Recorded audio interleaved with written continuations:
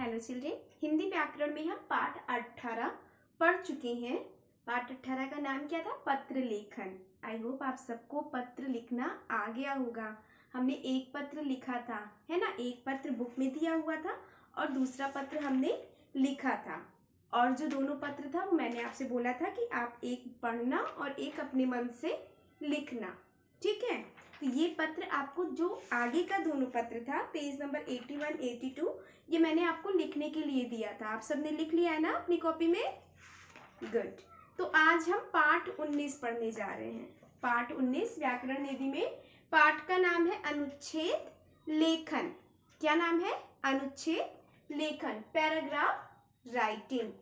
Paragraph writing. अब हमें क्या करना है? पैराग्राफ को लिखना है, वो भी अपने मन से, ठीक है? किसी एक टॉपिक पे अपने मन से लिखना, सरल भाषा में, ठीक है? उसे क्या कहते हैं? अनुच्छेद लिखना, ठीक है? चलिए पढ़ते हैं अब इसे। पेज नंबर 85 पे दिया है, जब हम कुछ नया देखते हैं। क्या? जब कुछ नया देखते हैं या करते हैं तो हमारे मन में उसके बारे में बहुत से भाव उठते हैं। जब हम कुछ नया देखते हैं या फिर कुछ नया करते हैं तो हमारे मन में बहुत से भाव उठते हैं कि ये कैसे हो रहा है, ये क्या है ना? बहुत से भाव उठते हैं। अनुच्छेद किसी एक भाव पर लिखा जाता है। अनुच्छेद जो होता है वो किसी एक भाव पर लिखा जाता है। अनुच्छेद लेखन से बच्चों की सृजनात्मक क्षमता का विकास होता है। अनुच्छेद, जब हम पैराग्राफ राइटिंग करते हैं तो उससे क्या होता है? सृजनात्मक, क्रिएटिविटी जो होती है उसकी क्षमता जो है वो विकास करती है, ठीक है? तो अनुच्छेद लेखन से बच्चों की सृजनात्मक क्षमता का विकास होता है, मतलब क्रिएटिविटी का विकास होता है। अनुच्छेद लिखते समय अपने विचारों को क्रम से लिखना चाहिए। जब हम अनुच्छेद, कोई भी पैराग्राफ राइटिंग करते हैं तो हमें क्या करना चाहिए? अपने विचारों को क्रम से लिखना चाहिए, ठीक है? और वाक्य छोटे और सरल होने चाहिए। वाक्य कैसे होने चाहिए? छोटे होने चाहिए और सरल होने चाहिए, ठीक है? तो अनुच्छेद लिखते समय हमें किस बातों का ध्यान देना है? किन बातों का? कि अपने विचारों को, जो भी हम लिखना चाहते हैं, उन विचारों को हमें क्रम से लिखना चाहिए। कैसे लिखना चाहिए? क्रम से, सीक्वेंस वाइज लिखना चाहिए, ऑर्डर में लिखना चाहिए। और क्या होना चाहिए? जो आपका वाक्य है वो कैसा होना चाहिए? सरल होना चाहिए और छोटा होना चाहिए, ठीक है? तो इस पे दिया हुआ है अनुच्छेद मेरा विद्यालय। क्या दिया है? मेरा विद्यालय पे अनुच्छेद दिया हुआ है आपकी बुक में। यह मेरा विद्यालय है। मेरे विद्यालय में 4 अलग अलग ब्लॉक हैं। प्रथम ब्लॉक में प्री प्राइमरी कक्षाएं हैं। यह ब्लॉक बहुत रंग बिरंगा है, इसमें बहुत से झूले भी लगे हैं। दूसरा ब्लॉक प्राइमरी कक्षाओं का है, यह भी आकर्षक रंगों से रंगा गया है, यहाँ भी झूले लगे हैं। तीसरा ब्लॉक मिडिल स्कूल का है, यहाँ बड़ा सा प्लेग्राउंड, क्रीड़ा क्षेत्र, प्लेग्राउंड है। प्लेग्राउंड में फुटबॉल, क्रिकेट और बास्केटबॉल के कोर्ट बने हुए हैं। चौथा ब्लॉक बड़े बच्चों के लिए है, इनके लिए अलग क्रीड़ा क्षेत्र है, यहाँ जिम्नास्टिक और गोल्फ खेलने का भी इंतजाम है। हमारे स्कूल में 3 तैरने के तालाब है, एक बहुत छोटा, एक उससे बड़ा और एक सबसे बड़ा। मेरे स्कूल में कंप्यूटर लैब और विज्ञान की प्रयोगशालाएं भी हैं। मुझे मेरा स्कूल बहुत अच्छा लगता है।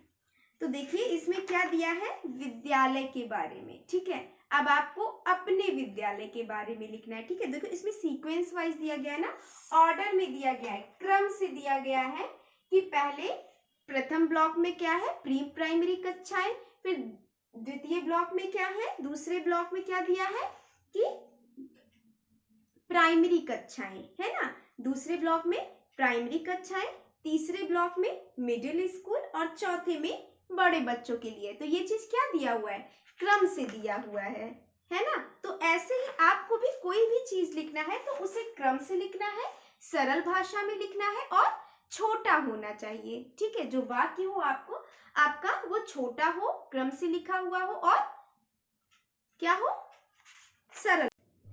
ऐसे ही आपको अपने विद्यालय के बारे में लिखना है। जरूरी नहीं है आप जो लिखा हुआ है उसको लिखें, आपको अपनी भाषा में लिखना है, अपनी सृजनात्मक क्षमता का विकास करना है, क्रिएटिविटी का विकास करना है। ठीक है, तो आप अपनी भाषा में लिखेंगे कि यह मेरा विद्यालय है, हमारे विद्यालय में इतनी बिल्डिंग है, ऐसा है वैसा है, जो भी आपके विद्यालय में है आप उसे लिखेंगे। ठीक है, आप इसको कॉपी नहीं करेंगे, आप उसे अपनी भाषा में लिखेंगे कि हमारे यहाँ पार्क, छोटा सा पार्क है, हमारे स्कूल, हमारे विद्यालय में कंप्यूटर लैब है, हमारे विद्यालय में ऑफिस है, जो भी आप लिखना चाहें। ठीक है, इतनी कक्षाएं हैं, इतने कमरे हैं।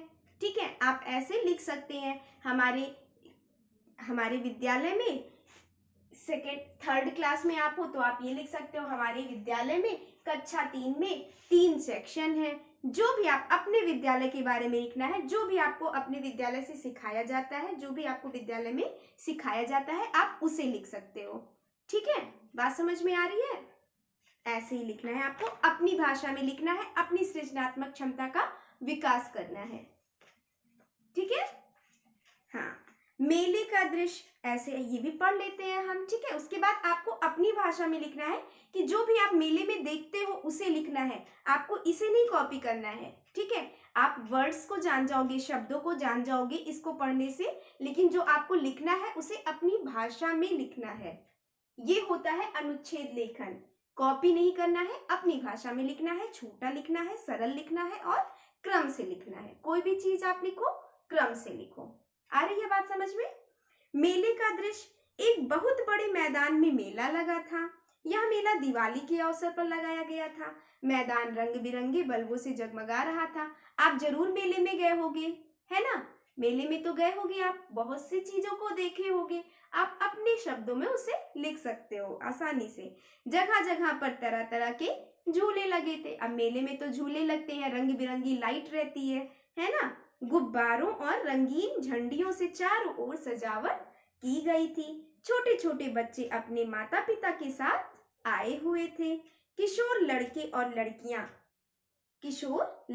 लड़कियां झुंड बनाकर इधर उधर घूम रहे थे। खिलौनों, पटाखों, मिठाइयों की दुकानें जगह जगह पर सजी हुई थी। अनेक प्रकार के भोजनालय भी लगाए गए थे, जहां पर लोग पसंदीदा भोजन खा रहे थे। चाट पकौड़ी की दुकानों के आसपास भीड़ जमा थी। लोग चटकारे लेकर चाट का स्वाद ले रहे थे। कहीं जादू का खेल तो कहीं बंदर का नाच। बच्चों का मन मोह रहा था। मुझे मेले में जाना बहुत अच्छा लगा। तो इसे आपको अपने मन से लिखना है कि बड़े मैदान में मेला था, वहां पे रंग बिरंगे बल्ब लगी थी और वहां पे जगह जगह पर झूले लगे थे, अनेक प्रकार के भोजनालय थे और पटाखे लगे हुए थे, खिलौने लगे हुए थे, जगह जगह पर भीड़ इकट्ठा थी। अपनी भाषा में आपको लिखना है। ठीक है, याद नहीं करना है, समझना है इस चीज को। आ रही है बात समझ में? आपको इसे समझना है, याद करने की कोशिश नहीं करेंगे, समझेंगे, अपनी भाषा में लिखेंगे और सृजनात्मक क्षमता का अपने विकास भी करेंगे, है ना? सब करेंगे ना? क्रिएटिविटी तो है ही आप लोगों के अंदर, है ना? तो आप बना सकते हैं, अपने आप से कोई भी चीज बना सकते हैं ना? जो भी आप देखे हुए हैं उसको अपनी भाषा में आप लिख सकते हैं, है ना? हाँ, वेरी गुड। उसके बाद क्या है? 2 टॉपिक तो हम लोगों ने पढ़ लिया, मेरा विद्यालय, मेले का दृश्य। अगला है मेरे प्रिय अध्यापक। अब आपके फेवरेट टीचर कौन से हैं उसके बारे में दिया हुआ है ना? तो अब आपको ये तो अपने मन से लिखना पड़ेगा, क्योंकि सबके फेवरेट टीचर एक तो नहीं होते हैं, है ना? किसी को कोई टीचर पसंद होते हैं, किसी को कोई टीचर पसंद होते हैं। तो जो भी आपको टीचर पसंद है आप उनके बारे में लिख सकते हो। ठीक है, मेरे प्रिय अध्यापक के बारे में दिया है, मेरे विद्यालय में हमें अनेक विषय पढ़ाए जाते हैं। जरूर आपके विद्यालय में भी अनेक विषय पढ़ाए जाते हैं, Hindi, English, math, social science, GSC, बहुत सारे विषय पढ़ाए जाते हैं। और कोई एक टीचर तो आपको पढ़ाते नहीं है, अलग अलग टीचर आपको पढ़ाते हैं सारे विषय को, है ना? तो मेरे विद्यालय में हमें अनेक विषय पढ़ाए जाते हैं, हर विषय अलग अलग अध्यापक पढ़ाते हैं। बिल्कुल सही। मेरे प्रिय अध्यापक श्री मोहन गुप्ता जी हैं। आप अपने फेवरेट टीचर का, प्रिय अध्यापक का नाम लिखेंगे। ठीक है, अब ये नहीं कि आप मोहन गुप्ता जी लिख दो, आपको अपने फेवरेट, अपने प्रिय अध्यापक का नाम लिखना है, अपने फेवरेट टीचर का नाम लिखना है। ठीक है, वे हमें गणित पढ़ाते हैं, तो जो भी आप जिसका भी नाम लिखोगे, वो जो भी विषय पढ़ाते हैं आप उस विषय का नाम लिखोगे। ठीक है, उनके पढ़ाने का तरीका इतना अच्छा है कि कठिन से कठिन प्रश्न हमें आसानी से समझ आ जाता है। यदि किसी छात्र को कोई कठिनाई हो तो वे उसे अलग से समझाते हैं। समय समय पर वे हमारी परीक्षा भी लेते हैं। वे सभी छात्रों से प्यार से बात करते हैं। पढ़ाई के साथ साथ वे हमें अच्छी बातें भी सिखाते हैं। हमने उन्हें कभी किसी पर अकारण गुस्सा होते नहीं देखा। उन्हीं के कारण मेरी कक्षा के अधिकांश छात्रों को गणित रोचक लगता है। रोचक मतलब इंटरेस्टिंग लगता है। वास्तव में वह एक आदर्श अध्यापक हैं। तो आप भी अपने प्रिय टीचर, प्रिय अध्यापक के बारे में लिखेंगे। जो भी उनके बारे में अच्छा लगता है आप उसे लिखेंगे। जो भी वो विषय पढ़ाते हैं आप उस विषय को लिखेंगे। और आप बोलेंगे कि जब वो पढ़ाते हैं तो कठिन से कठिन चीज भी हमें, कठिन से कठिन विषय भी हमें आसान लगने लगता है। वो कभी अकारण गुस्सा नहीं करते हैं, प्यार से बात करते हैं सारे बच्चों से। ठीक है, आप ऐसे ही लिख सकते हैं अपनी भाषा में। ठीक है, हमारे राष्ट्रीय त्योहार, तो राष्ट्रीय त्योहार के बारे में हमने पढ़ा था। कौन से त्योहार होते हैं? 3 होते हैं, है ना। 15 अगस्त, 26 जनवरी और 2 अक्टूबर। 15 अगस्त स्वतंत्रता दिवस, 26 जनवरी गणतंत्र दिवस, 2 अक्टूबर गांधी जयंती। तो हमारे राष्ट्रीय त्योहार के बारे में हम अगली क्लास में पढ़ेंगे। आज हमने क्या पढ़ा? अनुच्छेद लेखन में, पैराग्राफ राइटिंग में, कि जो पैराग्राफ राइटिंग होता है वो क्रम से लिखा होना चाहिए, सरल भाषा में होना चाहिए और छोटा वाक्य होना चाहिए जिसे आसानी से समझा जा सके। और इसे अपनी भाषा में लिखा जाता है जिससे बच्चों की सृजनात्मक क्षमता का विकास हो सके। ठीक है, तो इसमें हमने क्या पढ़ा? मेरा विद्यालय पढ़ा, मेले का दृश्य, मेरे प्रिय अध्यापक। तो मेरा विद्यालय, मेरे प्रिय अध्यापक और मेले का दृश्य, ये तीनों ही आपको अपनी कॉपी में अपनी भाषा में लिखना है, बुक से देखकर नहीं। आप बुक से समझेंगे क्या लिखा हुआ है, उसके बाद आप जो भी आपको समझ में आए, जो भी आपको अच्छा लगे, जो भी आपको अपने विद्यालय के बारे में अच्छा लगे, मेले के दृश्य में जो भी आप देखे हो, मेला तो आप गए होंगे, आप सब गए होंगे, मुझे पता है। ठीक है, तो आप उसे लिखेंगे, जो भी आप ऑब्जर्व करते हो वहां से उसको लिखना है। ठीक है, उसके बाद मेरे प्रिय अध्यापक, डेली आप स्कूल जाते हैं ना, अभी तो कोरोना टाइम के कारण नहीं जा पा रहे हैं, तब भी आप टीचर से डेली मिल रहे हो, है ना। ऑनलाइन के कारण ही मिल रहे हो, बट ऑनलाइन टीचिंग तो कर रहे हैं ना, तो टीचर, आप सारे टीचर से मिल रहे हो। तो जो भी आपको जो भी टीचर अच्छी लगे, जो भी विषय आपको इंटरेस्टेड लगे, उसके बारे में आप लिख सकते हो कि ये हमारे टीचर है, हमारे प्रिय टीचर है, प्रिय अध्यापक है, इनका विषय हमें समझ में आता है, कठिन से कठिन कार्य भी, कठिन से कठिन विषय भी हमें आसान लगता है जब ये पढ़ाते हैं। आप ऐसे करके अपनी भाषा में लिख सकते हो। आगे बात समझ में? हाँ, तो आज आप ये तीनों टॉपिक पे पैराग्राफ राइटिंग करेंगे। ठीक है, फिर हम अगली क्लास में क्या पढ़ेंगे? हमारे राष्ट्रीय त्योहार। ठीक है, ओके, थैंक यू।